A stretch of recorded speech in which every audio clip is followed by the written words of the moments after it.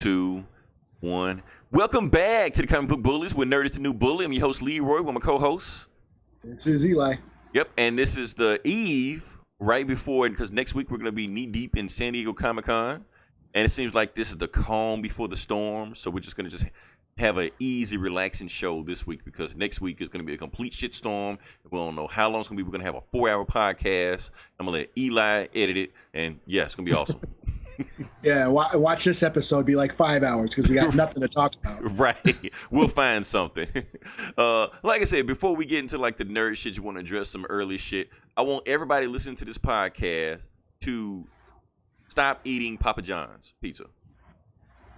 Boycott Papa John's. Not because he's a racist piece of shit, because the pizza is disgusting to begin with. So, yeah, it's kind of dry. It is kind of dry. It's dry. It tastes like cardboard on ketchup. So it's like, why are you eating that shit to begin with, you know? I remember, like, they were doing those deals, the sports deals, where if your team wins, you get, like, half off or something. So a while back, I was doing that a lot, you know, because I believe, though, Wild was winning a lot. Well, yep. The Wild wins a lot, and then they fuck up during the playoffs. And but, yeah, and then they started bitching about them losing money, you know, that they were, like, and they were going to not endorse because the Super Bowl was in Minneapolis last year, or this last Super Bowl. Like, they didn't want to endorse the Super Bowl because they think that they were losing money or some shit like that. Oh, because everybody from Minnesota kept eating so much free pizza? Yeah. Yeah. So. Like I said, he did you guys a favor. So I'm starting to think like, okay, yeah, he said some racist shit, but what would happen if it was some place that I actually liked said racist shit? You know, would I be as like Chick-fil-A? For me, I think they had like the best lemonade ever. So what if they said some racist shit to my face? You know, here's your drink. You know. Well, I heard they're really bad about the gays or something. Yeah, I heard. Well, you know. Okay, the thing about Chick-fil-A is that you know they're closed on Sundays. Yeah. So they're like their owners like extremely religious. So I guess they would have a problem with gays. You know. I feel bad about that because, yeah, if I go there and I drink lemonade, stuff like that, am I supporting that? You know, am I endorsing that? You know, I don't know. Yeah. Not a fan of Chick-fil-A. They finally opened them here in Minnesota like last year. It was like a grand opening. What? In Mississippi, there's like a Chick-fil-A like on every other corner. Oh, no, that was like a grand opening here, like on my side of town. There was like lines around the block waiting to get this shit. And then I ate a sandwich, and I'm like, man, this is like Arby's or something. Was not impressed. I'm sorry. Oh, you know why? Because it tastes like homophobia. Pretty much. Moving past that. Boy, yeah, one more thing we can talk about that in the news that I need you guys to stop doing this, and if you see this, stop. Okay, so apparently the Forbes list came out. And Kylie Jenner, by herself, not the Kardashian family, her by herself is worth $900 million. So there is a petition that has got started up to help her get another $100 million to make her the youngest billionaire of all time. Who's donated? Is this like a Kickstarter? It's like a Kickstarter, GoFundMe, whatever, one of those things. But it's where you raise money.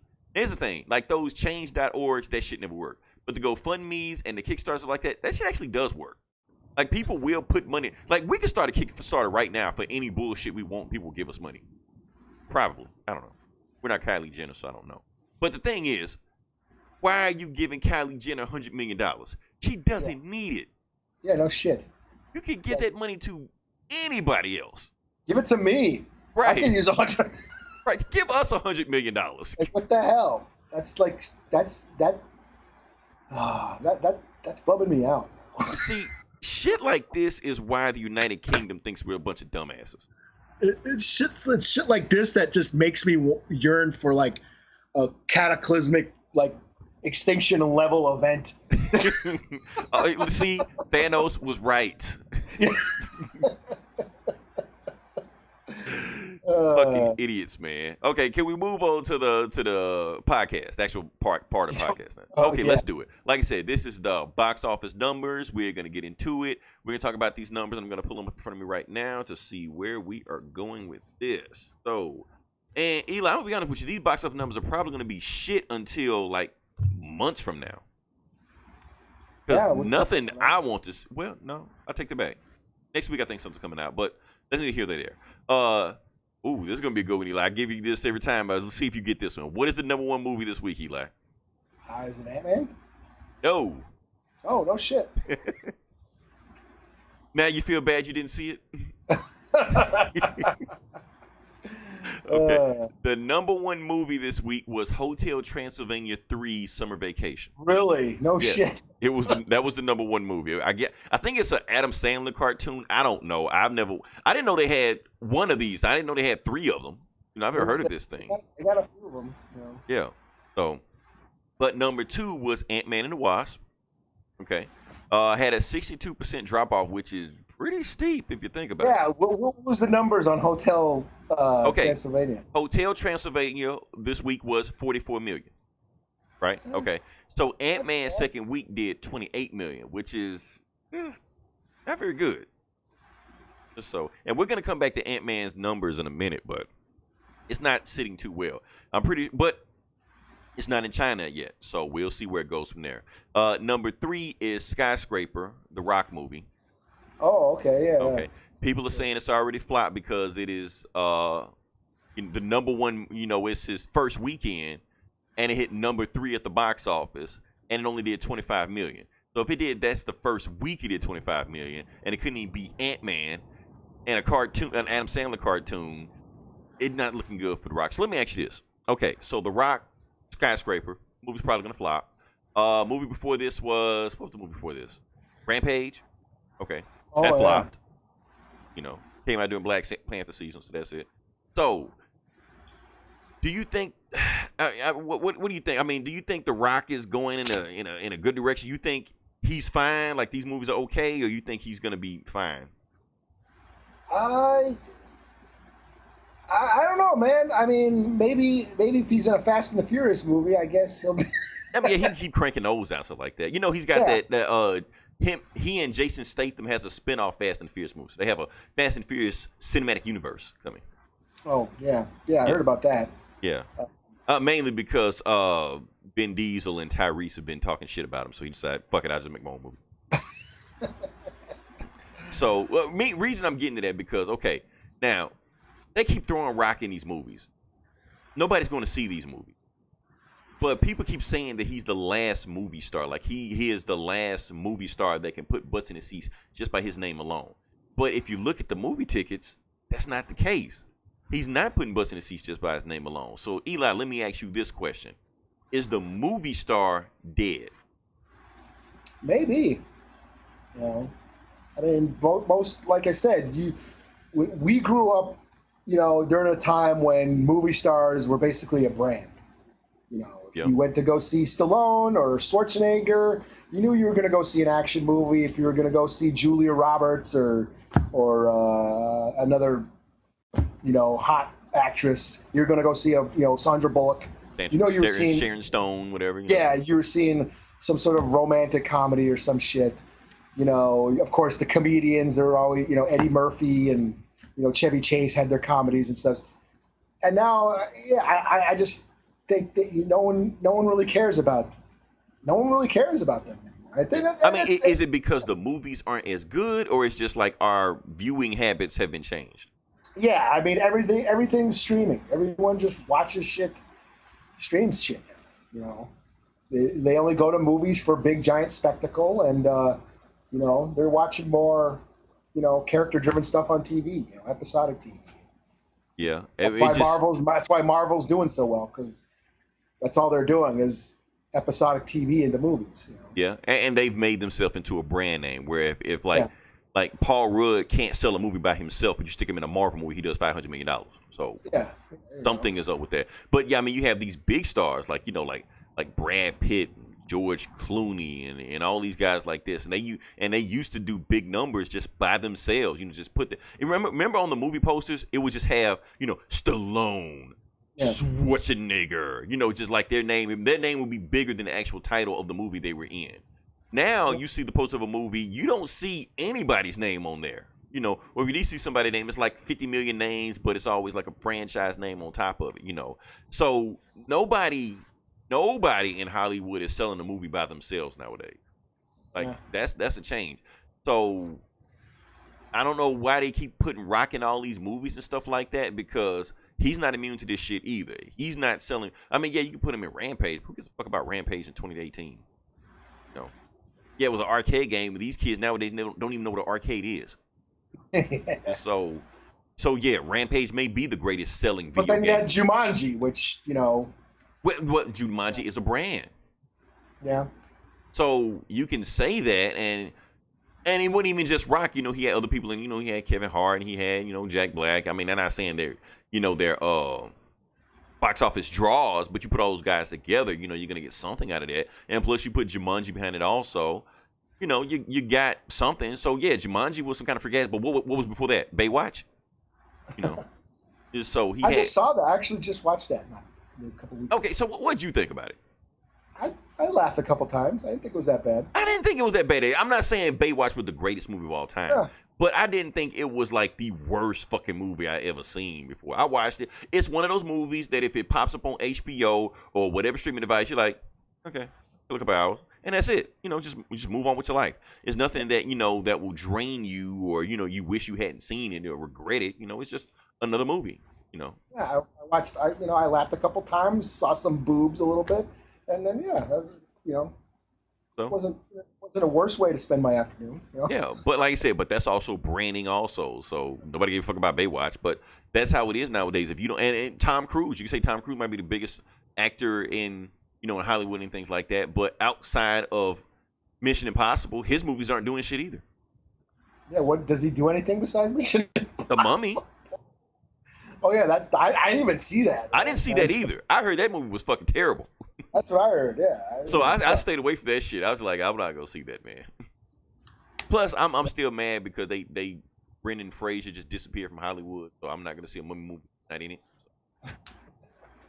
So yeah, that's how I feel about that. So I feel like stop putting Rock in all these damn movies because we're not gonna see it. Or stick him in movies you want to. It doesn't really bother me anyway. Just give me a Black Adam movie, then we're ready to go. Number 4, we have Incredibles 2. Like I said, we talked about that. Yada yada yada. Number 5, Jurassic World: Fallen Kingdom, which I'm pretty sure I think last week we said was already $1 billion. Number 6 is the first Purge. Probably wasn't a huge, but it's probably already made its budget back, even though it wasn't. Yeah, those movies are cheap. Yeah, those movies are cheap. It's Blumhouse movies. All those movies are cheap. Number 7 is Sorry to Bother You. I'm hearing good things about that one. Oh yeah, I'd like to check that out. Yeah, it's not a movie I would go to the movies to see though. That's the thing. Yeah, that's something I would sit down and stream. I mean, like when I go to the movies, I want to see spectacle. I don't see Sorry to Bother You a spectacle, even though it looks like it probably is an interesting movie. Number 8 is Sicario: Day of the Soldado. Still hanging in there. Probably is flopping also. Number 9 is Uncle Drew. I heard they made that movie for like $20. So yeah, it made its money back. And number 10 is Ocean's 8, which I'm hearing is flopping. Yeah. So let's go. Still in a 10 though. I forgot all about it. Yeah, let's see what movie. I forget about that movie until you mention it in the countdown. Even though it's this big hoopla about it, they were making this big deal about it, but nobody really cares about Ocean's 8. It's just another movie. What else? Oh, you want to know what Solo is? Oh, is Solo still out? I mean, I guess Solo right now is number 20. Oh, well, there you go. So let me look at Solo. Like I said, Solo right now has grossed a whopping worldwide $384 million. Oh, so it made its money back. Not really. When you take in, it made its budget because production like budget, and then you put in marketing and all this other crap. Yeah, it's a flop. I'm trying to see the Denny's, fucking. Yeah, what was the Solo Cup? Yeah.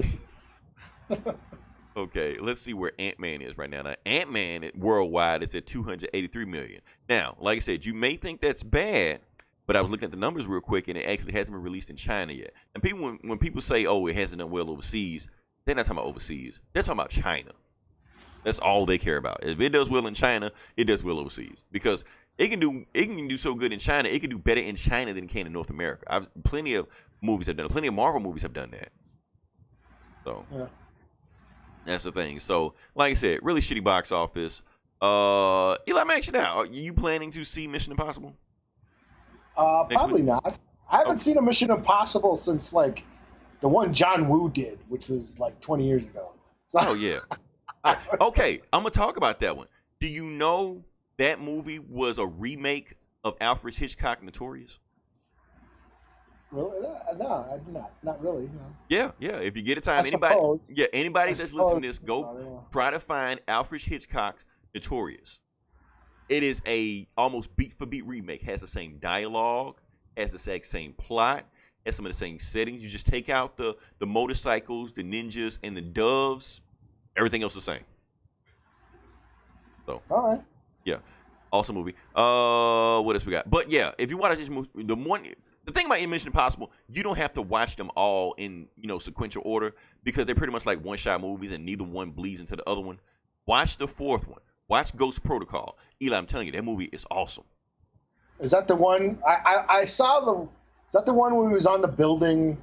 He had those gloves, sticky gloves. Yeah, he was in Abu Dhabi or Dubai or some shit like that. And he had the Yeah, Spider-Man gloves like that. Yes, and he really did the stunt Okay, yeah. because he's fucking nuts. It was on TV and I watched that part. I watched that scene. Okay. I didn't watch the rest of the movie. Okay. Yeah, but wasn't Hawkeye? Hawkeye was in it, right? Hawkeye was in, I think, the last two. Okay. Yeah, they tried to make him a thing like he was going to take over the franchise, but Tom Cruise like, nope. Snatched back from him at the end. Rogue Nation, the movie was whatever. Just watch it for that first scene where he's hanging out that plane because he is actually really hanging out of a plane. And I'm like, okay, this dude is fucking nuts. So, that being said, we can move on to now. Okay, movie news. We can go to that. We can talk about DC because we always see what kind of weird shit DC has going on right now.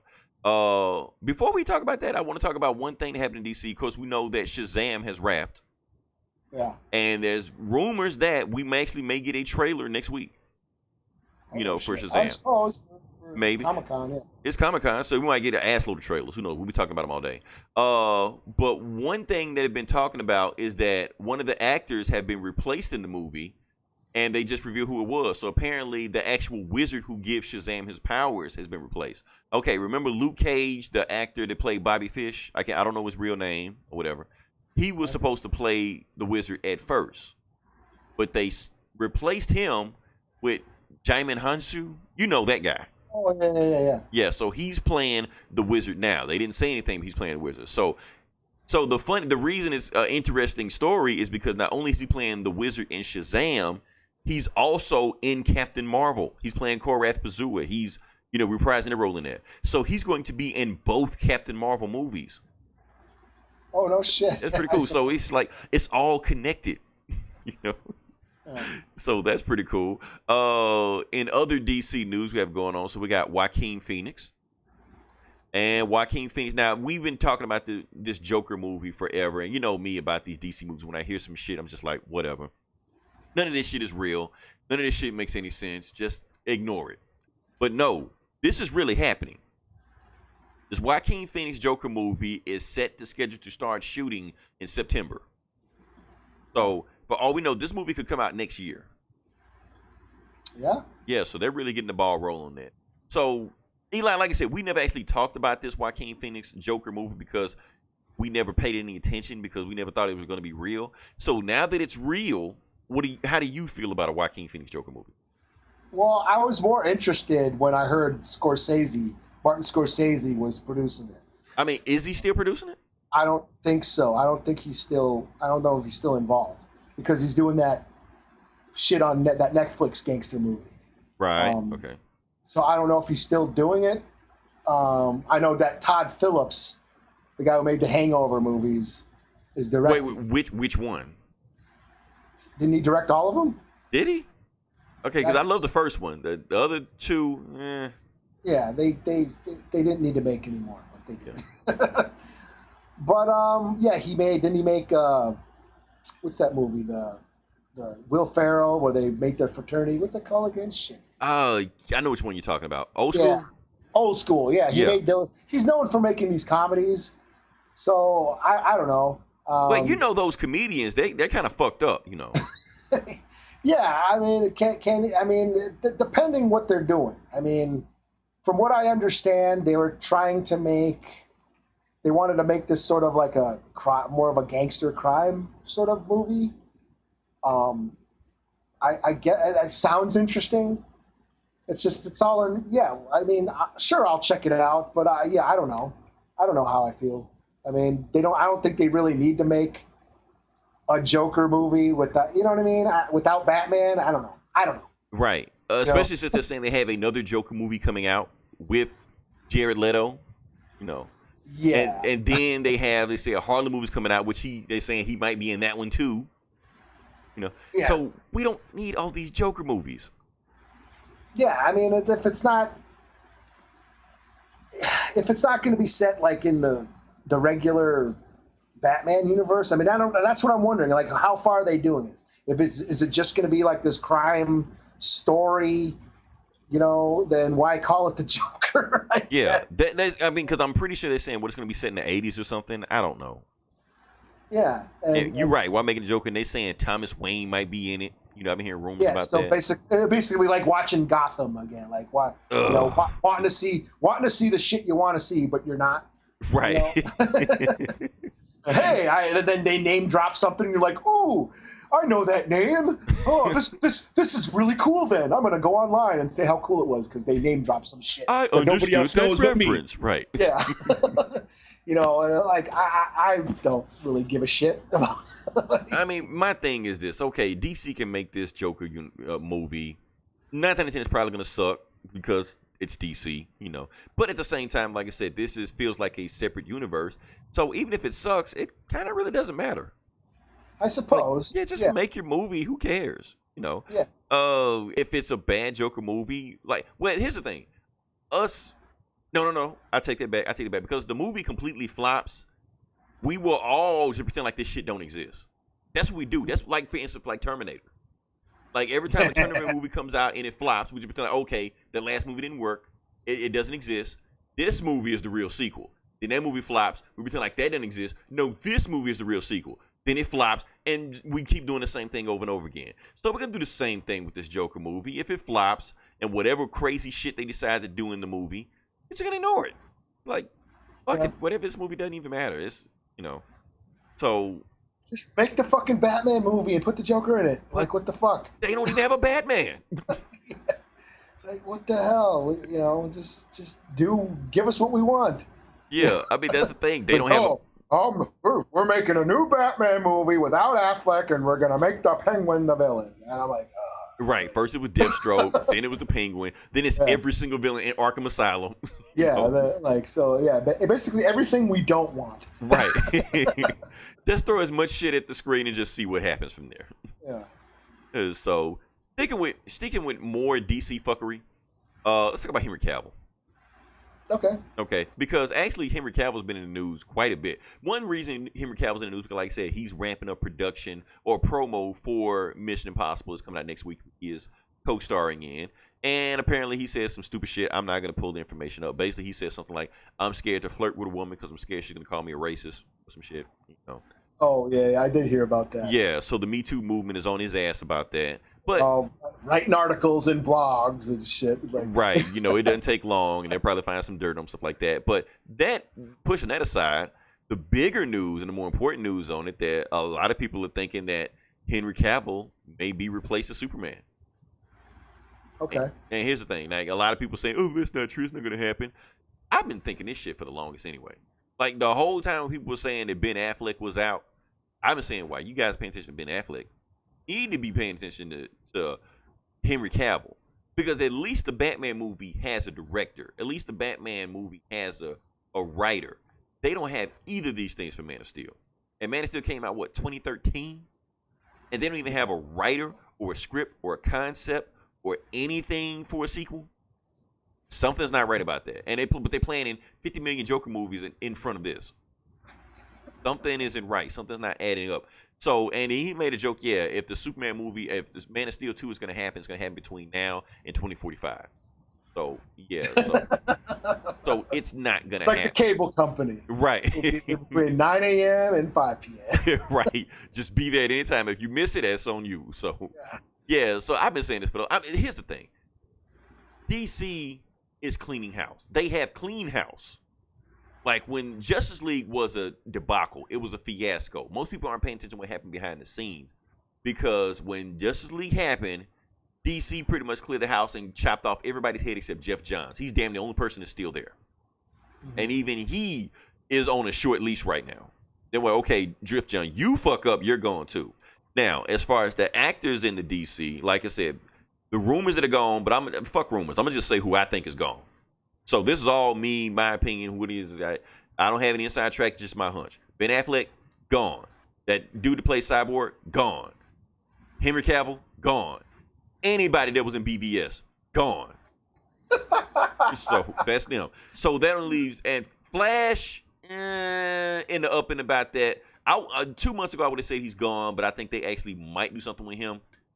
But I think it'll probably fall apart and he'll be gone too. It only leaves two people. That leaves Gal Gadot, who is fine. She's free because she's the only movie that worked. And Aquaman. But if Aquaman flops, Momoa's out on his ass. Guaranteed. Yeah, so, he might have to go do that stupid Crow movie that they've been talking about. Well, they kicked him out of that too. So he dropped out of that too. Yeah, so, he dropped out of that too. So he might need to get back on it. maybe he'll make a Conan too. So that's how I feel about the DCU. So people keep saying the DCU need to do this, need to do that. They've already done it. They've already made all these plans and stuff like that. So they pretty much made a complete overhaul. And honestly, Eli, I'm gonna do a hot take. This is how I feel. I think they're trying to make Shazam the new Superman. Yeah, they might. That's what I feel like they're doing. They make the same shit. It's the same shit. You got the same powers, except he's a little kid. So where they fucked up with Superman, just do it right with Shazam. And if they go forward with him, just stick him in every movie. And the only time you might see Cavill again, if you do a Shazam movie, part 2, and Black Adam shows up, and you might get Superman showing up. That's about it. And that may be the last movie on his contract, and that's going to be a wrap. Cavill is out of here, and he's going to do something else. Yeah. So, that's how I feel about that. DC, like I said, people saying DC need to change it. They have already done the changes. Whether or not they're good changes, we don't know. We will find out next year. Like I said, that's what they've been planning this whole overhaul for. What other DC fuckery we have? Oh, yeah, one more DC fuckery we have that I should have saved for the end. So everybody completely freaking out that the Flash writer has confirmed who's faster than Flash and Superman. And for anybody that hasn't picked up a fucking comic book in the last 30 years, ooh, Flash is faster. Like, we already knew this. I don't know why I kept seeing this on my timeline. I don't know why people keep tagging me in my timeline. Like that. I'm going to tell you this. If anybody listening to this podcast, don't tag me in any nerd shit on my timeline. Because I already know this shit. So you don't need to tag me in it. I already know who's faster, Flash, or whatever. So that being said, we can move on past them. We can talk about let's talk about Scarlett Johansson again. Okay. We have a follow-up.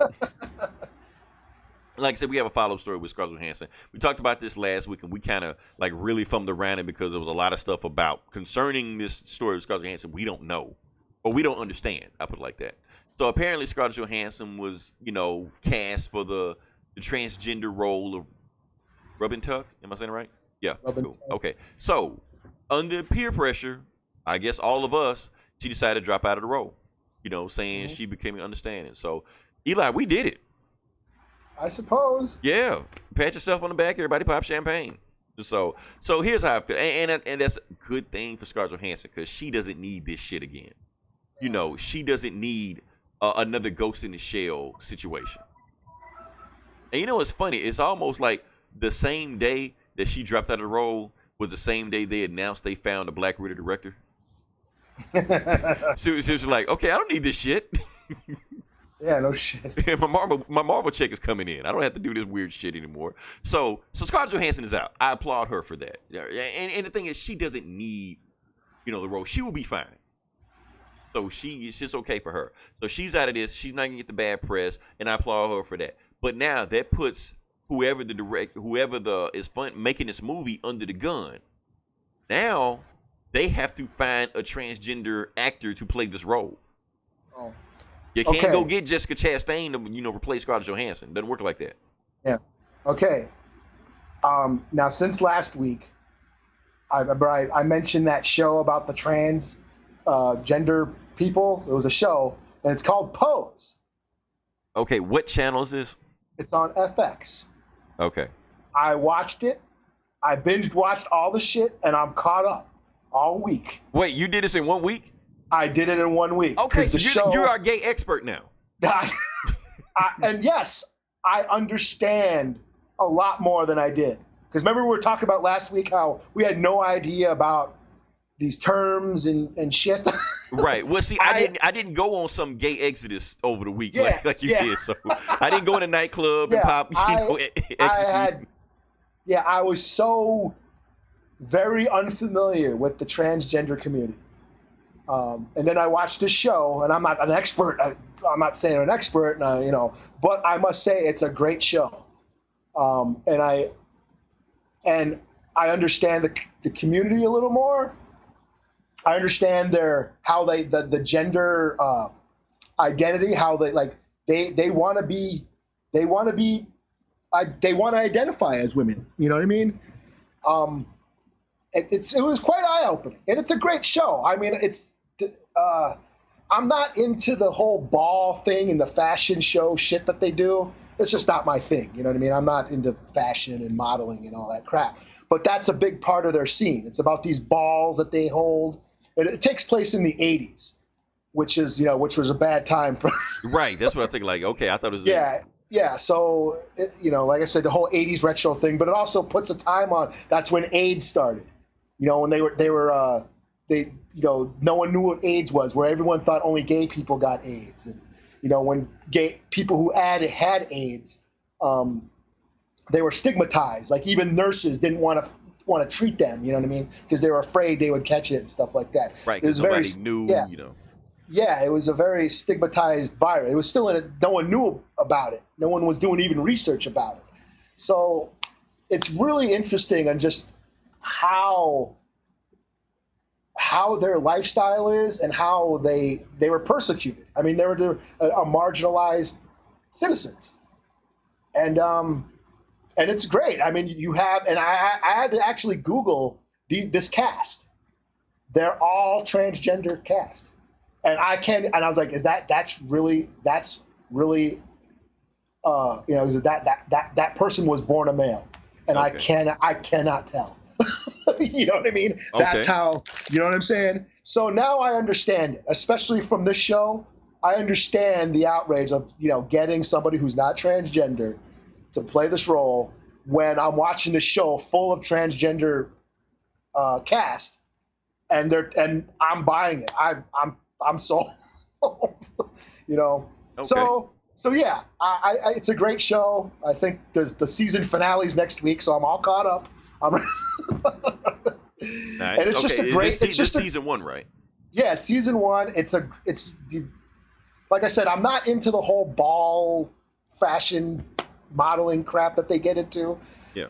But I like the human drama, like what these people have to go through, what they've gone through, how they were how their family. Every one of these characters were basically disowned by their families, and they came together and found their own families. They joined these different houses with the mother. There's like the mother of the household, and she actually looks over these younger transgender or gay people, and they all live together, and she watches over them like they're children. And it's really a fascinating, stories. And I'm like, whoa, I had no idea. That's the good thing about shows like that, because like we said, we always say representation matters. Yeah. Like I said, we don't. I don't know any transgender people. I don't hang out with them. But if I see a show like that, it does open your eyes. Like, okay, that's what that's the thing. It's the same thing. Like I said, if I'm black, if you never hang around a black person, you see a black show, it may get you, Think about it. Or like I said, you're Native American and somebody sees a Native American show, you might get a different interpretation of it, Yeah. than what you normally see on TV. So it's always a good thing for representation, And I think Scarlett Johansson finally realized that. Somebody may have, brought that to attention. That's probably why she decided to drop out of the role. So that's a good thing on her, But now it's up to the directors to, if they don't want the shitstorm on their hands, they need to hire a transgender actor. And it can be done. Now, the show Pose has proven it can be done, and done very well. Okay, because I'm glad you got a chance to actually do some research on this, Eli. Because I was going to ask you some different questions. I was going to see, I know we need representation, but when is representation, going too far? Like, like if you cast a English actor for an American role or some shit, Oh, yeah. or you cast or like, okay, Lord of the Rings, like all the hobbits in the movie, like the hobbits and in the books, they're supposed to be like little people, right? Yeah, they're like, pretty much. Yeah. But instead they decided to, cast Elijah Wood, who weren't, and they CGI'd him like that instead of actually hiring little people to do that role. So, was that misrepresentation there? Yeah. But they cast like little people in their as their stunt double. Right. For the wide shots or whatever. So they still got work, Yeah. So they're under the gun for that. So we'll see how I go from that. Let's see what else we got on tap. Shoot. Nothing else I want to touch because the rest of this shit was bullshit. Like I said, do you have anything else? Okay, so Eli, I do want to let you know that I did buy Tales from the Hood. Oh, okay. Yeah. You haven't watched it yet, right? I haven't watched it yet. I was like, okay. Honestly, Voodoo had a sale. Like when you sent me that sale for Friday the 13th, they had like a bunch of sales. I bought a bunch of shit on Voodoo. So I was just watching shit. So did I. Yeah, so I was just watching shit all week. I bought a few flips. Yeah, I bought both Mortal Kombat movies and watched them again. Now, Eli, I'm gonna take back what I said when I said Mortal Kombat 1 sucked. Mortal Kombat 1 didn't suck. It was actually a pretty decent movie. Actually, had some really good fight scenes. I was like, okay, the movie's entertaining. Now, the second one, okay, some shit went off the rails on that second one. Yeah. I know that was your favorite movie, but I watched it again. I was like, I mean, it still sucks. It's just, but I think I enjoyed that one maybe a little more than the second one or the first one. You gotta watch them back to back, man. You gotta watch them back to back. You watch them back to back, you see a difference. I don't know if I'm that hard, man. Have to marathon Mortal Kombat. That's. I'll have to plan a day for the Mortal Kombat day. And the weirdest thing that I saw on Voodoo doing that Friday the 13th sale, they had a Nicolas Cage sale. Oh, yeah, I saw that. So all 857 of his movies were on sale for $5. Yeah. So I couldn't resist it. I bought a couple Nicolas Cage movies. But I do want to say this. There's only so many Nicolas Cage movies you can watch at one time. Like back to back. Nicolas Cage is not a guy you can watch his movies back to back because he's a really weird dude. And you'll see that in his movies. If you watch so many of them, you might go insane. So, but I will say this. I watched Ghost Rider again. The first one. The first one? The first one. Now that movie sucked too. But here's the thing. It sucks, but it knows it sucks. Yeah. Nicolas Cage acting is so bad in the movie that you can't help but not watch it. Like, you gotta watch it. Like when he's turning to Ghost Rider and he's in pain and then he starts laughing and he's doing the weird stuff. It's like it's so weird, man. The scene where he's watching the monkey on TV or something. And he's eating jelly beans and laughing. Like, what the fuck are you? What am I watching? You turn off the TV. We've got a scrap on our hands. That's how much I watched that movie. I know. I'm like, it's a weird fucking movie, man. The Ghost Rider is fucking terrible, but Nicolas Cage. But it sticks close to the comic book origin. It does. I mean, it's very, very close to the comic origin. And that's the thing. Okay, let's talk about that for a second because people are always saying they need to stick to the comic book. But just because you do that, don't make a good movie. Green Lantern stuck to the comic book origin. Yeah, but so you know what? I don't think I've watched that movie like beginning to end. I've seen it. I've seen it on, but I haven't seen it in one sitting. You know what I'm saying? I'm pretty sure I've seen the whole thing, but like in bits and pieces. So, you know. Only thing you need to watch in Green Lantern is the Oa scene. That's pretty much it. And the thing is, if you watch Green Lantern in the context of why it was made, it makes more sense. Because the thing was, they Green Lantern was supposed to be the first DCEU movie. It just did like completely flop, and they wanted Ryan Reynolds to be Tony Stark, basically. Like you saw what Robert Downey Jr. did, do that. That's not Green Lantern. That's not Hal Jordan. One reason why the movie flopped, but it was accurate. Oh, also in that movie, Taika Waititi was his best friend. Oh, really? Yeah, he was in the movie. Yeah. So watch again. He was the racially ambiguous guy with the glasses. I don't remember. You'll see him. You can't miss him.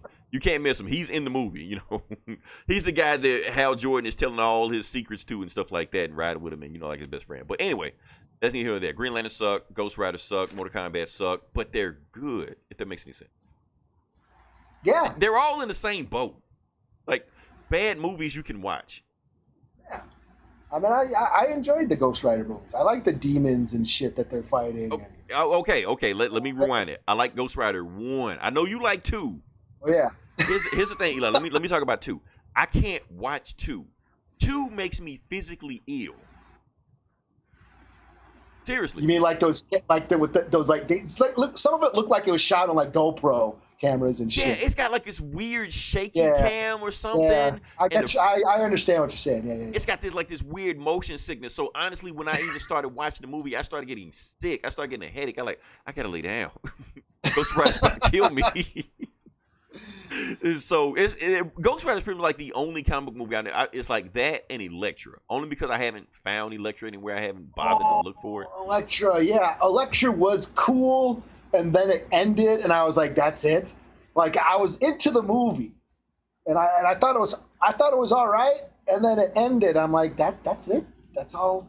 It's like it felt like it needed more at the end, you know. Okay, so let me ask you, what was the better movie? Elektra or Daredevil? Oh, probably Elektra, because I don't remember really. I thought Daredevil was very I kind of like Daredevil for what it was. It was a movie for its era. Yeah, you know? Matter of true. fact, I would put Daredevil a notch above those other crappy movies. Yeah, I don't know. I'm just saying it's that was also comic accurate. Yeah, it was, because I remember I knew this one dude. We were always like he was in this punk band, and he actually wrote a song called Daredevil versus Punisher. Yeah. And of course I was always giving him shit about being a Daredevil fan. He loved Daredevil. He said that was his favorite comic book character. And then when the Daredevil movie came out, he actually liked it. I mean, maybe when he forced himself to like it, Well, yeah, but then you got to understand the time. Like, we didn't have a Daredevil movie, so right. So you just take what you can get, Yeah, I mean, shit. First viewing, I like the Spawn movie, I don't know if the Spawn movie is good or bad. I still don't know to this day. There's some really awesome shit in that movie, and there's some really bad shit in that movie. Yeah, it was kind of like what you said about Green Lantern. It's like, it's so crappy that you kind of enjoy it because it's kind of crappy, It's like, it's weird, man. It's like, I still don't know how I feel about Spawn, because it was cool and bad at the same time. So I mean, it hasn't aged well at all. I mean, I watched those it special recently. effects are terrible. Yeah, it's a pile of shit now, but at the time, like I said, that we didn't have. It's all we had. We didn't have comic book movies, so the fact that we were getting it like it was like crack, like, oh shit, like just anything will take it, Yeah, and now we're so spoiled these days, like, oh, Justice League sucked, it had no heart. Like, what the fuck you talking about? I'll be honest, if Justice League came out like in 2010 or 2011, we would have loved that movie. Oh yeah. It's just that, like I said, you can't put that movie 6 months away from Infinity War. It doesn't work that way. After Civil War and all that, where superheroes are like actually matter, right? You can't put out something like that now. It doesn't work. So Yeah, I'm trying to think of any other crap movies. I think that's the only crap movies. But like I said, they're all bad, all good. And that's the thing. If you like a crappy movie, it's okay to like a crappy movie. Don't let Rotten Tomatoes tell you what you like and don't like. Yeah. You know, make up your own mind. You know, Yeah. if you like it, defend it. And if somebody doesn't like it, you don't have to attack them on the internet. You know. Yeah, I mean, we're from the '80s. I mean, we grew up on all sorts of shitty movies that were just getting slammed by critics. But nowadays, you know, they're everyone's revering them as, you know, these classics. Yeah, that's what I'm wondering. Like all these movies that they said were bad, I saw a post yesterday. Remember Red Brown, right? Red Brown. Okay, Red Brown. He was like this big muscle-bound action B-level dude. He wasn't Arnold. He wasn't Stallone. But if you needed somebody directed VHS, he was your guy. Okay. Anyway, he played in a movie called Yor, the Demon Hunter or some shit. Yeah. Yeah. I know what you're talking about. Okay, Yor fucking sucked, you know. But it was cheesy. It was terrible. It was low budget, and all of a sudden now it's a cult classic. Yeah. You know, just like The Room. Yeah. You know, people say The Room was the worst movie of all time, but now all of a sudden it's this cult classic. You know, just winning Oscars and shit. I mean, John Carpenter's The Thing. It came out the same summer as E.T. Wow. And people hated it. It got slammed. It bombed. Now it's revered as one of the best horror flicks ever made. Okay. You know another movie that bombed back in the 80s? Scarface. Yeah. Yeah, but all of a sudden now it's this cult classic that everybody loves and stuff like that. So yeah. You know another movie that everybody said sucked, but I think is actually a classic? It's not an old movie. It's actually like came out in the 90s and shit. What's that? Cable Guy. Oh, that was all right. I saw that in the theater. I thought it was fine. Yeah, people, like when Cable Guy came out, Cable Guy got terrible reviews. They said it was going to kill his career, stuff like that. I went back and watched that movie. I honestly think Cable Guy is I think it's one of his best movies. Was that before or after Dumb and Dumber? I think it's before Dumb and Dumber. Okay.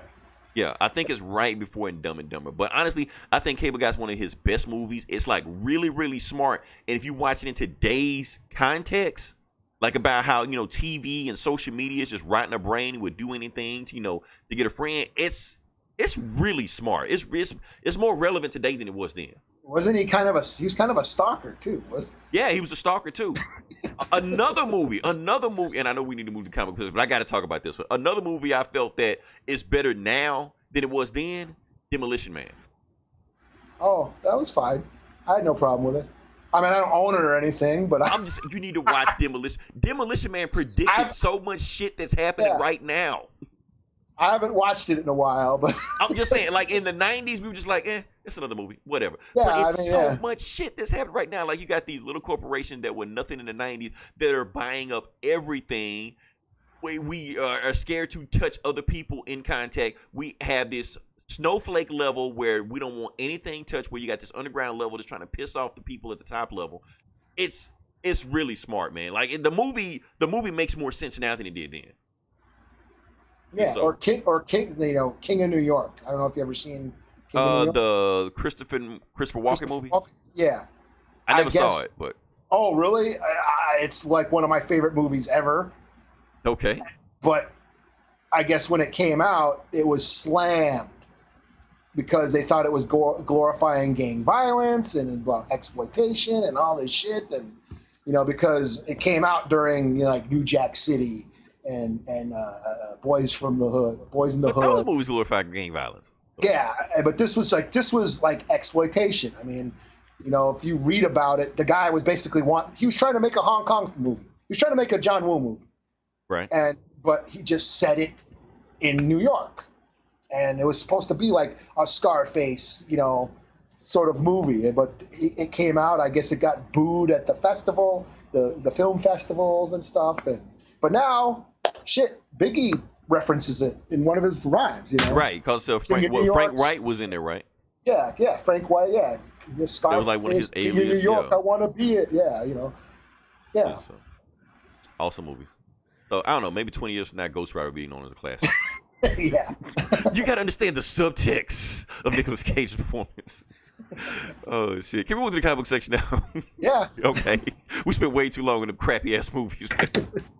Okay, so like I said, this is the bread and butter part of the podcast. We actually talk about the comic books that we were, we saw from this week. And if you've read them, definitely hear our opinions on them. We're gonna get into them right now. So the first book, I'm up to bat. So I'm gonna start with the first book. I'm gonna start with Brian Michael Bendis, Superman #1. I'm gonna start with that book first. Mhm.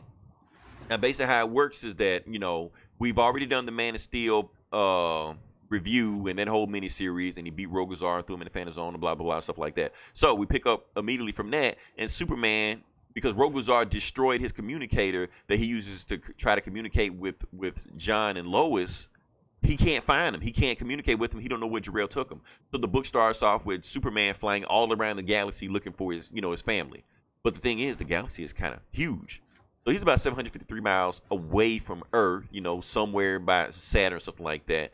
And while he's looking, he sees an alien invasion of the Dominators. For those that are familiar with the CW universe and Arrow and shit like that, you've seen the Dominators attack them. Those guys.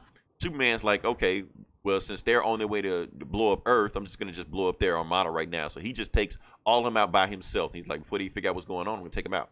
So he beats the Dominators, but then he realizes he's pretty much looking for a needle in a haystack, looking for his family. He doesn't know where to go, so he just goes back to his apartment. Just an apartment alone by himself, reminiscing over his family because they're gone, and he has no way to get them back.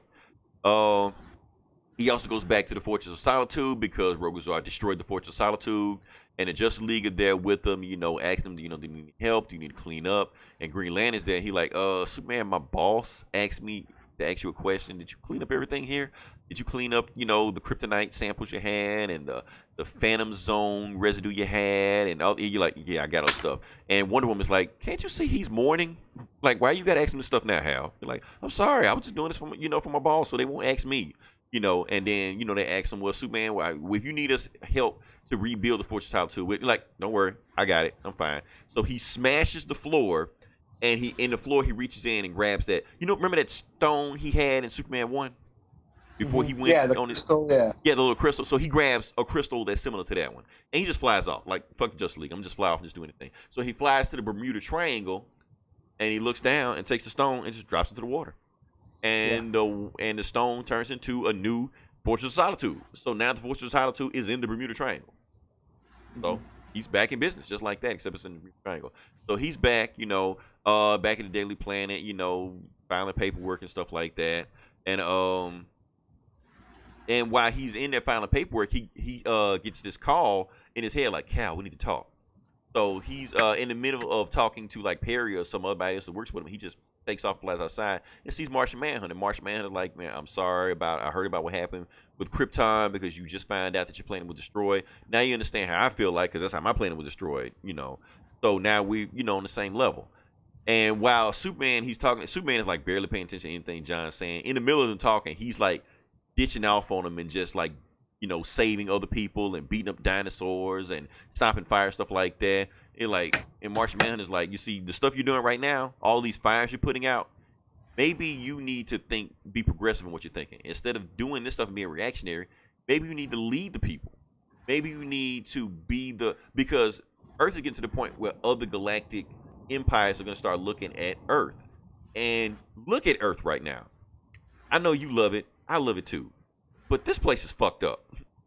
We got all kind of wars going on. People are building walls left and right. We got racism. We got people hating each other. We need everybody to combine and look for one Superman. We need a Superman to lead us. And you're the only person to do it. I can't do it. Look at me. I can't do it. I'm green. I'm an alien. They hate me. But you can do it because you look like a human. So what you need to do, you need to take over. He like, wait, take over. No, like, I didn't mean take over. I mean just offer yourself to humanity. Show them as an example instead of just putting out fires and be reactionary all the time. And Superman looks like, no, John, I'm not gonna do that. And Martian Manhunter was like, okay, yeah, I figured you weren't gonna do it, but okay, that's cool. So Superman flies off, looking, for more adventure, stuff like that. And while he's doing it, this like blue beam chases him and overtakes him. And he looks around, he's like, uh-oh, I've seen this before. He looks at Metropolis, he looks around, and he looks into the sky, and he realized what's happened. Like, oh shit. The Earth is inside of the Phantom Zone. How the Earth get inside the Phantom Zone, he doesn't know. And then the book just says down at the bottom, next issue, the return of Rogozar. So, dun, dun, dun. Yeah. So, and like I said, I already knew he was coming back anyway. That wasn't just gonna just leave him in there like that. So overall, pretty interesting book. I know people are gonna be pissed because of the way they, Bendis is writing these stories. I like it because he's giving Superman. Okay. Here's the thing: what Bendis is doing that I'm kind of noticing. He's kind of doing a little bit injustice in this story. What I'm getting from, because that's pretty much the sole mindset that made Superman go to the injustice mode, that he needed to stop being reactionary and start to lead the people. But instead of leading the people, he actually became like a fucking tyrant, and start putting all the metahumans in, under his spell and stuff like that. So of course, if Superman does that in this universe, maybe there's a balance he can do it where he can lead the people without becoming like this super tyrant like he was in every other alternate reality he ever does this in. So let's try to see where they go with that direction. And yeah, the Phantom Zone shit, I don't really care. He'll get out of it, whatever. So yeah, I give the book a 4 out of 5. Good, strong opening for Bendis. I go with it. Cool. Yeah, I mean, I read this too. I mean, I'm considering it. I'm considering putting it on my pull. I mean, for number one, I thought it was. It kind of touched on all the bases of who Superman is, what's going on. I enjoyed the moment. I enjoyed that conversation he had with the Martian Manhunter, where he kept saying, "Okay, excuse me," and then he goes off and fights an alien or saves the day or does some super shit. Right. And the one time he I could help you. Well, the last one was fire. Yeah. You're like, oh, yeah. Okay. I just said just highlighting Superman's powers and how fast he is and what he can do. Excuse me, real quick, and then he goes and saves the day somewhere on the other side of the world, and then comes back. Okay, now what were you saying? Right. And Bendis has been doing this in a few of these books already, because there's no reason to have Superman fight anybody, because we know how it's going to turn out. Yeah. So I like it how he's, he basically anytime Superman gets into like you were saying, like fighting a dinosaur or fighting Gorilla Grodd or fighting Toyman, it's an afterthought. Like, we know how this is going to go. Once he gets through that, let's get back to the main story. Mm-hmm. So I kind of like that. I like you said, I like the story. Now, a question. Yeah. Is Jor-El alive or dead? Okay. Jor-El was supposed to be dead. Yeah. But Bendis, being Bendis, doesn't give a shit. Because I thought, weren't they teasing whatever with that Mr. Miracle or Mr. fucking whatever? Yeah, Mr. Oz. What happened was, it was supposed to be Dr. Manhattan resurrected him, and then he went fucking nuts, and at the end of the book, Dr. Manhattan undid him, basically put him back in the Krypton back when he destroyed it and it blew him up. So he was supposed to have been dead. Okay. But then he just shows up here and everybody's like, "Oh, hey Jor-El, how you doing?" Yeah, I was like, okay, yeah, Lois Lane and Little John are off with his grandpa, what the fuck? I was just like, that was my own thing. Here's the thing. Now, if I do have to have a criticism about Bendis, I do have to have this: that he doesn't give a shit about continuity. He hasn't been keeping up with what's been going on with these stories. Let me ask you a question. You've been keeping up with Super Sons, right? Can Jonathan fly? He can jump really far. That's what I thought. I think he's starting to fly. I'm not current on Super Sons, but when I was free, he could basically jump in a single bound or whatever the fuck that term was. And so I don't think he was capable of flight like Superman yet. I think maybe it's a puberty thing. But, because the way Bendis made it sound like he could fly around the world in 4 minutes or some shit. Okay, yeah. Because Bendis doesn't care, And I'm sure, he finally got some pubes and now he can fly. Right. Or some other shit, some shit that really pissed me off when Superman did that super flare, I think in issue 4 or something like that. Now, when the super flare works, it's supposed to be after he does it, he's supposed to be powerless. He's supposed to have it because basically he just expended all his power. But in this one, after he does super flare, he's back fighting, Rogol Zod again like it's nothing, So much shit like that, just Bendis kind of irks me, but I can kind of just let it slide, just go with it. Because the way I feel okay, this is Bendis' story. I'm not going to pay attention to what Jurgens did, or what Jeff Johns did, or Tomasi did, or whatever did. This is Bendis. So as long as Bendis is consistent with Bendis, I'm going to let everything else slide. Mm-hmm. So, that's how I feel. All right, so I got a couple of indie books that I'll read or review. I'll start out with Die, Die, Die from Image. Robert Kirkman, dropped a new book on us with no notice, no advertising, just kind of just sprung us on it, sprung this book on all of us. Okay, now I'm gonna make a confession. I've never read a Robert Kirkman book before, even though I know who he is. I've never read a Robert Kirkman book. So let me ask you this: is he just a writer, or is he a writer / artist? No, he's just a writer. Okay, But cool. this- Okay, This is also co-written by Scott Gimple, who was the showrunner on Walking Dead. So obviously they got together and did this got this book going. Okay. And it just kind of showed up on the shelves. It had this big title, like, blood-soaked, bullet-ridden, ultra-violent mayhem from Skybound, which is, Kirkman's company, through Image. And these two bloody characters with guns and swords, it's just, So, and it's a very violent, it's fun, a little convoluted just because it's setting everything up, but it basically deals with, like, this shadow government that is involved in keeping, like, if you're a conspiracy theorist, you're going to love this. But basically, the government hires these like mercs or assassins that are doing these sort of keeping the political agendas in line. There's this big elaborate plot that involving a senator that resembles Hillary Clinton, where she's like, okay, we got to get rid of this one senator because he's a pedophile, but we can't slander his name because he's for this like railroad or whatever. That's the super train, and that needs to go through. But we need to get him out of the way and then get this other guy in office. So we need to kill him, but not make it. We can't let the public know that he was a pedophile. And so this is big, huge, elaborate plot where involving like fixing, horse racing winnings and get, to make activists rich, so then they're not going to go protest anymore. And so it's this wild sort of conspiracy, paranoid fantasies that are it's kind of tongue in cheek and it's fun. But yeah, but there's these assassins that are going around. And it turns out that one of the assassins is actually has two brothers, so they're triplets. They're like three twins.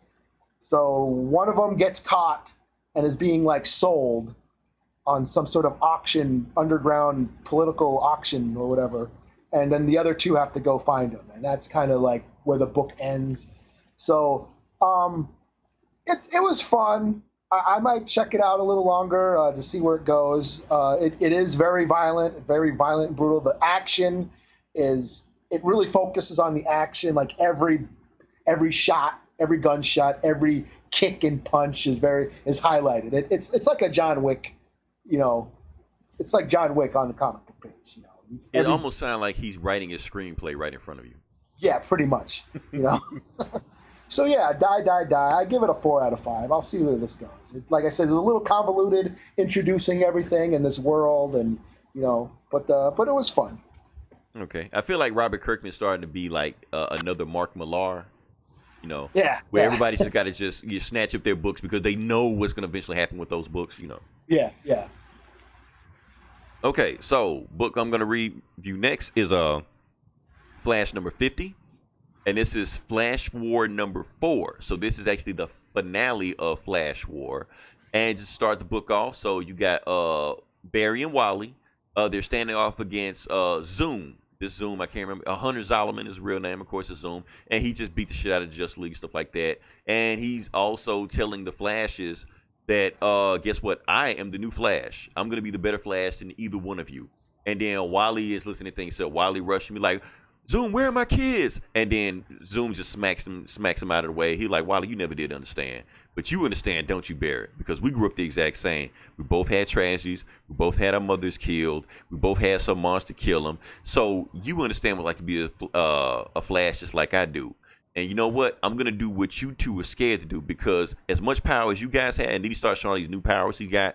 He was like, it's because he broke the Speed Force barrier. So he now has the Strength Force. He now has the Sage Force, so he's a telekinetic, super strong speedster. and he's just smacking the shit out of the Flash like they're nothing. He's like, you know what? You two, if you had any balls, you would have had these powers yourself, and you would have been gods to the Justice League. There's no reason you should be on the same level as Superman and Batman and stuff like that. You're supposed to be way above them. But that's okay. I'm going to fix this. I'm going to go back in time, and I'm going to make sure, and I'm going to do what you two couldn't do. And so he zips off in time. So the other Flashes just zip behind him, and they're trying to catch him. And they talk, they're apologizing to like, Barry, I didn't do that. Wally didn't mean to do that. But when they catch up with Zoom, they realize that they're not only like in a flashpoint area, they're in the hyper time. Now, what the hyper time is that it's actually like every single alternate reality and past. You can just see it, and they're running, and Wally can actually see his kids in a grown-up area, and they're like, "Oh crap, I can rescue my kids right now." But that like trigger second of a time that he's doing is enough time for the Zoom to get away from him. Like Barry's like, Wally, you snap at us, we need to get back to him. But when they're running, then Barry sees something, and he sees basically their life post-crisis before Flashpoint, which he didn't remember. He sees Wally, he sees Linda, he sees Wally's kids, and Barry also sees himself. He's there with Iris. The whole family's together. He's like, oh crap, it's not only Wally's family that's trapped, my family is trapped too, because my family is Wally's family. So then they both pause, but they realize they pause, and while they're thinking about this stuff like that, Zoom is just steady getting away from them. They're like, okay, Zoom is faster than us. What can we do? We can't catch Zoom. And Barry's like, Zoom isn't faster than us. You know why, Wally? Because you're holding back. If you actually forget about it, if you actually try to remember everything and stop repressing all your memories and remember who you really are, you can tap into the Speed Force and be this Flash that you really need to be, and you'll be faster than him. And we're like, and not only will you be faster than him, every time that you remember something, it's going to create a time quake inside of you that will attack him. So Wally, I can't catch him, but you can. You want to know why? Because you are the fastest man alive. And when he says that, Wally just realizes who he really is and just takes off. And not only does that, he starts to remember every single detail, even the ones he repressed. He remembers every single detail, post-crisis, before post-crisis, pre-crisis, everything. And everything he remembers, it attacks Zoom. And he does like this move where he attacks him with every single speedster that's trapped in the Speed Force and attacks Zoom, and it like knocks out his power, and he's done. So, but something happens where Wally and Zoom disappear. And when they disappear, Barry goes back to the regular time. He's like, okay, I'm back in the regular time. He still sees the Justice League knock the fuck out and shit like that. So he's like, oh, I must have went into. So to them, I only went in time like about a couple seconds. But everything seems to be the same way. So while he's doing that, Wally's still gone. But then out of the Times portal pops out Wallace. Wallace is the Black Wally, Kid Flash, stuff like that. So Wallace pops out with Iris and Commander Cole from the 25th century. And Commander Cole is asking him, Barry, what the hell did you do? What did you do this time? And Barry's like, I didn't do anything. Everything looked the exact same way it was. In fact, no, nothing is not the same. First off, you let Zoom destroy the time barrier. I mean, the Speed Force barrier. So all these Speed Force powers are out of whack. But that ain't even the worst thing you did. The worst thing you did, that all the time energy that was in the Speed Force, the chronal energy, it's gone now. Because whatever you guys did to beat Zoom, it's gone. So and Barry's like, okay, what does that even mean? It means all the time energy Speed Force is gone. You Flashes can no longer travel back in time. It's not even possible. It's not even possible anymore. So since you can't travel back in time, I can't even get back to the 25th century. I'm stuck here with you. I have to find a way to try to figure out how to get back home. And he's like, and matter of fact, I see residuals of one speedster like in Oregon or something like that, but I don't know who it is. And Barry just takes off. It happens to be Wally. Wally is there kind of knocked out, but he wakes Wally up. He's like, Wally, you made it, And Wally doesn't give a shit. He's like, where's Zoom? Find Zoom right now, because if we find Zoom, we can find out where my kids went. And Barry's like, can't do it. He's like, what? Wally like, don't try to stop me again. He's like, no, you really can't do it. Whatever you did when you fought Zoom, you killed the time powers in the Speed Force. So none of us can travel in time. None of us can go after Zoom. Wherever Zoom is, he's just stuck there. Why? Like, I can't accept that. I have to find a way to find my kids. Until I find that Barry, I can't come back. So he just zips off, and that's it. He just says some stuff like, Zoom won. Zoom beat us. So Barry runs off. Runs stuff like that. But when he runs off, behind him is another speedster that pops up out of nowhere, and this speedster is Impulse. Yes, Impulse from the old post-crisis Young Justice days. He pops up. He's like, okay, I got to find Wallace. I got to find out what's going on. And he zips on and stuff like that. Then they show the 25th century rogues and stuff like that. And they like, the timeline is all screwed up. We got to find out what's going on because they built this prison to stop this most powerful villain. And we got to make sure he's not trapped. As soon as they walk into the room, they get killed. They get killed by that villain. And they don't show who the villain is. He just said, I got to get revenge on the Flash of what they did to me. And on his cell door, you just see inmate crisis and to be continued. And that's all it is. So, pretty cool story. A lot of stuff flying around this story. It was kind of convoluted how they beat Zoom to begin with, but pretty cool ending to it. You know, they officially announced that Wally is the fastest of the Flashes. We don't know if he's going to stick around or not, but hey, it is what it is. Barry has accepted he's not the fastest man alive, but, you know, he's come to terms with that. I give this book I give it also a 4 out of 5. Good read, good smooth reading. A lot of bullshit going on, but yeah. Cool. Now it's to be continued, but it's the finale. It's the finale of that story with starting another story. So yeah. Okay. All right, cool. I guess the last book I got is Farmhand #1 from Image Comics, written and drawn by Rob Gilroy. Now, this is out there, man. This is weird. This is a weird book. Cool, but weird. Basically, it's about this farmer who has figured out a way to grow human body parts by mixing plant and human DNA. So he's basically, his farm is growing body parts. You know, kidneys, organs, fingers, whatever. You know, so it's got this weird sort of kind of body horror, you know, John Carpenter's The Thing element to it.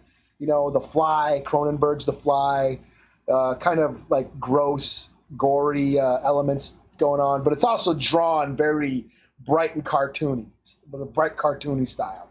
So it's kind of a tongue-in-cheek sort of a lot of humorous moments. You really got to pay attention to the backgrounds. There's a lot of stuff going in the backgrounds, you know. But basically, there's like this family dynamic going on between the farmer and his son, and the son's family. There's some sort of past friction or conflict which has driven the family apart, and now they're coming back together because of this new, I guess, this business where because the farmer is now a millionaire. He's basically changed the way, you know, modern medicine, scientific medicine is being done in the world now. So there's this family dynamic going on. There's like these elements of like corporate espionage because there's these like corporate spies are being sent into the farms to try to get the guys, the formula to make these body parts or whatever. So there's all this. It sets up a lot in this first issue, but it's done in a real sort of cartoony, fun way. It's wild. It's really wild. It's a crazy book, but I enjoyed it for what it is. I'll see where it goes. I mean, shit, it was a lot of fun. A very dark comedy, and he's like, yeah, horror elements. So I'm into it. You know, speaking of Tales from the Hood, you know, that campy horror style. That's what it's like. It's like a Tales from the Crypt type of story. So yeah, I give it a 4 out of 5. I'm gonna see where it goes. Okay, cool. Sounds like a pretty cool story. Okay. Now this last story we're gonna do. This I feel this is my book of the week. Okay.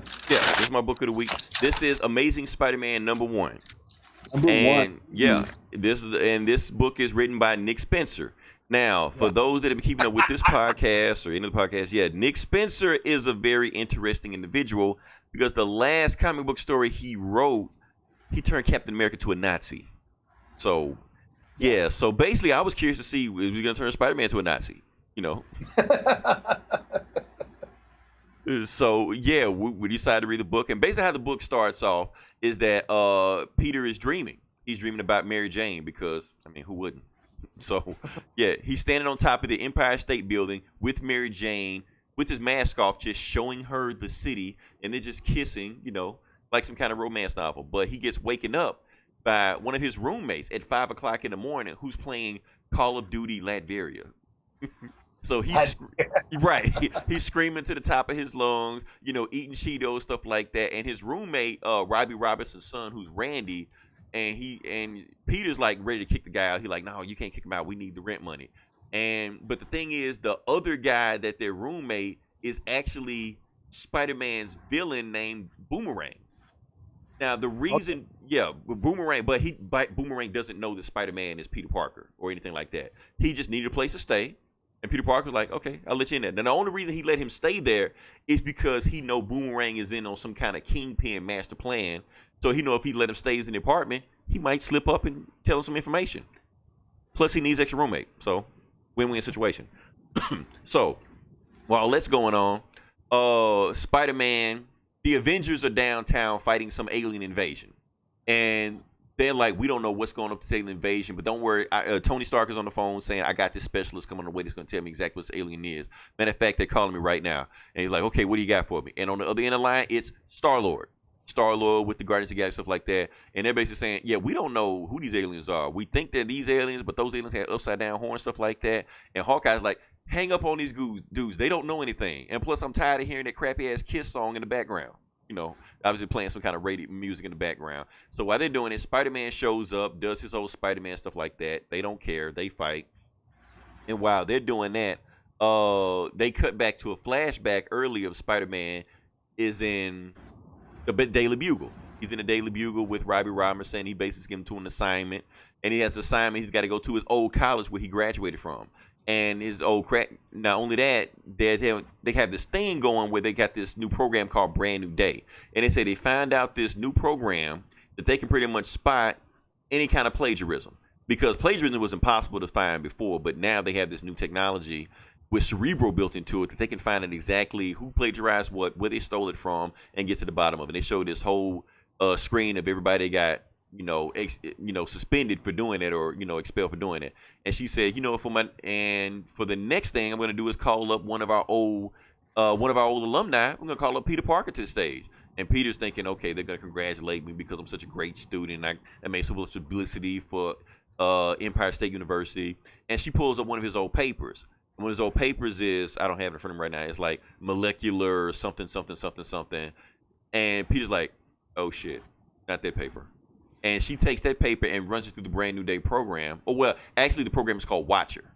So she runs the program through Watcher, and it flags the paper. It says fraudulent. You're like, this paper was not written by Peter Parker, which is the paper he used to graduate. This paper was written by Dr. Otto Octavius. And Peter's like, oh, shit. So it's all over the news. It's all over the papers. Basically, everybody's saying that Peter Parker is a fraud. And he's already, under scandal for losing Parker Industries, so he's already under for that.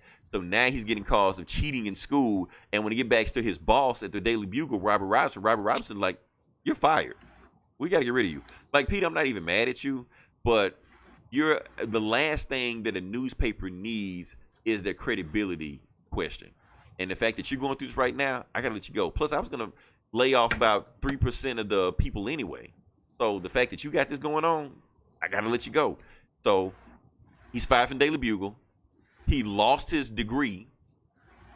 He goes to Mary Jane, and Mary Jane is laughing at him. He's like, okay, you telling me that a clone, evil arch enemy, Dr. Octopus, wrote this paper and you took credit for it, and now you can blame for it? Like, yeah, that's hilarious. But because this whole thing happened because Dr. Octopus took over his body. And when he took over his body, he used that to graduate from, Empire State University.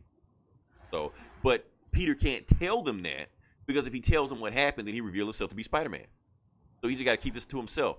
And then Mary Jane is asking him, so how did you break the news to Aunt May? He's like, oh shit. So he runs over to Aunt May's apartment, and he sees the newspaper on, she's in the back room, and he sees the newspaper on the table. So he tries to grab the newspaper from her before she can read it. But she comes out the back, and she like, yeah, Peter, I already know what happened, because she has the news on her app on her smartphone. Like, so you telling me you didn't write that paper to help you graduate? And she was like, I raised you better than that, Peter. Ben raised you better than that. You telling me all the stuff you did, like when you lost Parker Industry, that was one thing. You ran Ben Parker's name through the mud, that's one thing. But you telling me you cheated, Now look me in the eye and tell me you didn't cheat. He was like, it's not that complicated. And she just looked disgusted at him and just walk out the room. Like, didn't say anything else to him after that. He's basically saying, like, all the stuff that he went through, like fighting the Beyonders and fighting Juggernaut, he like, that's the worst thing he ever went through. Like, he'd rather go to them than see that look that Aunt May gave him again. You know? So they cut the present time. He's back to fighting these monsters, these aliens and stuff like that. And he's with Black Cat, and she's with him. He's like, you know what? I figured out how to fight these guys. And then he turns around and Black Cat says, bye, Felicia. You know, that old Friday joke. He's going to sneak that in there. So he does his web slinging thing and shoots off to the sky, and he crashes right into a bubble spaceship. He looks inside of the bubble spaceship, and he sees Mysterio. Mysterio is just there like, yes, they got the evil plan. They think it's aliens, but it ain't aliens. It's me, and I'm going to destroy the entire New York. Peter Parker is pissed. Spider-Man is pissed. He punches through the glass bubble, grabs Mysterio, beats the shit out of him because he's been frustrated with him the whole time. And then Mysterio's like, well, I was just trying to do one grand gesture because I'm tired of doing the same thing over and over again. I wanted to do something different. So I decided to go out with a bang. Like, you understand that, don't you? And Peter Parker clicks through. He's like, I do get that. So he decides, he webs up Mysterio, leaves him for the Avengers, and he swings off. And he's standing in his room talking to somebody with his mask off. He's like, look, I almost died today. I keep fucking up left and right, and I got all these crazy powers. But no matter what I do in my life, I need you. So...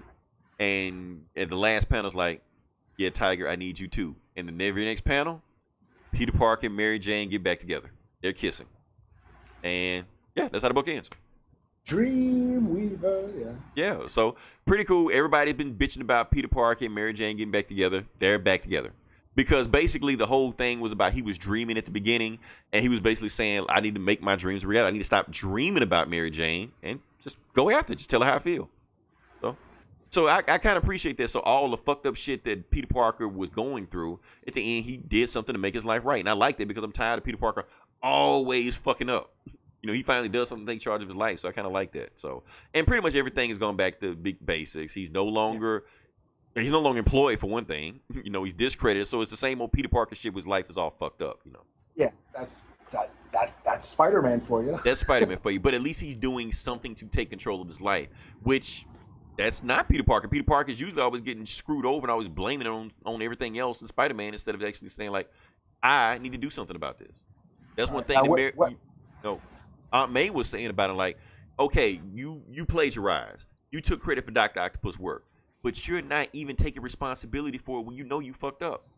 And then doing the book, he realized, I fucked up. That's on me. That's not on Dr. Octopus. He wrote the story, but I took credit for it. I could have easily not taken credit for it, but I did. So, yeah, cool story. So, what Kiss song do you think he was playing in the... You actually the wrong guy. I did think about that. I was like, what Kiss song is playing in the background? Like, what would Star-Lord be playing in the background? So, I don't know. I'm going to look up some Kiss songs. Whatever it is, Hawkeye hated it. So... Well, fuck Hawkeye. Right. If it was I Love It Loud, cool. Like, cut that shit off. but if he's playing I Was Made for Loving You, yeah, then tell Hawk, turn that shit off. So yeah, I'm gonna give this book a 4.5 out of 5 because there's actually some other stories in the background that I'm not gonna go into detail to, but I noticed it's a thick ass book because I got it, I just haven't read it yet. But it's some more story in behind it, but I'm not going to get into detail about that. But it's some more stuff that happens back there. And honestly, here's the thing about Nick Spencer. Now, Nick Spencer is actually a great writer. He always has been. And even the Secret Empire shit went off the fucking rails. I'm going to be honest with you. It was still a good read. Even as fucked up as it was with Captain America being a Nazi and shit like that. And I feel like he had a really great ending to it. But Marvel put the pressure on it and got such bad press, he had to change it and make it a goody-goody ending where I think he was really going for something like that would have really stuck out, and they kind of cut his knees from under him. But his type of style of writing, and even when I read Captain America, he fits Spider-Man. Like, that's the type of writer Spider-Man needs. So I think he's going to be a much better fit for Spider-Man than he is for Captain America. And plus, you can do more outlandish and wilder shit with Spider-Man than you could with Captain America. Because Captain America is such a serious political type story character. You just can't really just go out there with him. Like, people try to turn him into a werewolf and shit like that, but that shit didn't work with him. You know, but you can go balls to the wall with Spider-Man, tell any kind of crazy story you want, and I feel like it's gonna be a good story. I think Nick Spencer is gonna he's gonna make a name for himself with Spider-Man. I feel with that. Yeah. Well, yeah. I just like I said, it's a thick ass book, and I was thinking, well, Spider-Man was 500 or whatever was fucking thick. Long as fuck, right? And I was like thinking, is this the new normal? Is this gonna, is this every Spider-Man book is an epic Lord of the Rings novel? Yeah, every month it's gonna be $5. I don't know about this. Oh. So yeah, but that's it. Like I said, a really good interesting. One of the best Spider-Man books I've read in a while. It's really interesting. I hate it when they, because I want to see Peter Parker progress. I'm tired of him running in circles and running in his hamster wheel. I want to see him progress. And I can always keep feeling like he's resetting him back to square one. And they did it with this story also. Matter of fact, the name of the story, I think, is like Back to Zero, Back to Basics, something like that. But at least they put him back with Mary Jane. They're so at least a step further from there. So, yeah, it's back. They're back to zero. I mean, they're back to zero. So at least you knew it was coming. You knew it was coming. It's been forever there, but they finally got there. So they've been teasing him getting back with Mary Jane for a while now. So right. So now they're finally back together. She knows his secret. She said she's always loved him and stuff like that, and it was real touch and stuff like that. So yeah, they're back together. People can quit bitching. They're together. So yeah, let me say I got nothing else with this. Leroy, not Leroy. Eli, you got anything else? No, I think we got I'm talking to third person. Dude Eli, needs no one. Yeah, Eli, I think we got it. Oh yeah. So like I said, if you listen this long, definitely like, share, and subscribe. We got all of our other podcasts. We got a sister podcast, Geek Savs. We have Instrument Destruction, who just dropped something. Well, not today, dropped yesterday, but definitely look on there. Comic Cast, you got them. You got This Geeks and Comics. You got them. You got Hoodoo TV. Probably somebody else. Hoodoo TV's getting out there, man. They're like popping up on like the top of the list, like top of searches and shit. Are they? I haven't. Yeah, man. Like I'll check them out. I'll check them out after this podcast, just see exactly what they're doing. I haven't actually watched them, but they seem like have like a production budget or some stuff, Sometimes when I search like like the releases and shit, like for comic books, and like they'll pop up on the Google search, like holy shit. Like damn, okay. On YouTube and shit, Well, I feel like I feel like if they're doing that, we're doing something. Like if we're in the same, podcast circuit as them. So yeah. Maybe somebody might accidentally click us, So yeah, like I said, we're there. I'm not doing another contest. I might do something later on. I don't know. We'll think about it. We may do a San Diego Comic Con contest. Next week's gonna be all San Diego Comic Con. I may or may not review Mission Impossible. I don't know. But San Diego Comic Con is gonna be balls to the wall, all kind of crazy shit. So we're gonna knock out as much as that as we can. Yeah. So that being said, this is Leroy. This is Eli. And we will talk to you guys next week. Same bullet time, same bullet channel. Cool. All right. Cut off the screen. Go.